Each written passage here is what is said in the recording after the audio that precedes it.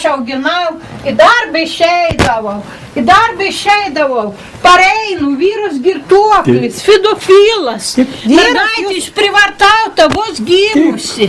Bet koks jos vaikščiojimas buvo privartaujančiai, va tuo, eidau tuo. O tą naktį, kai grįžau iš darbo, radau tokį. Tokį ir komos būsenoj.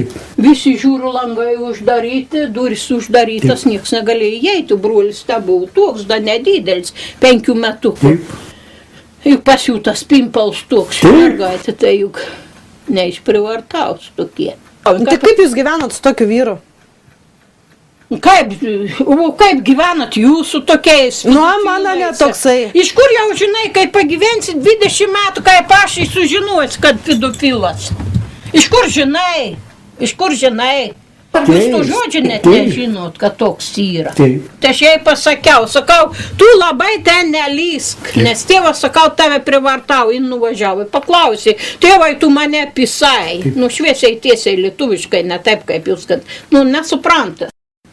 Kaip man pasakė, tvirkinamas, štai iš kaimo pareis, nežinau, kas tas žodis reiškia, tvirkinimas. Taip. Tai tokį didelį turėjo, kaip gruziną. Taip.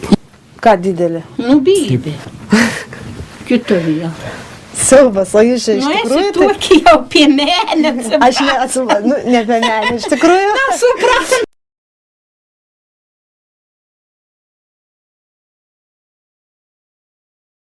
Iš kur žinai? Nužrūkši.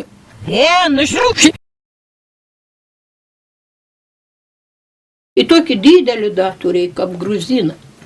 Ką didelį? Bybė.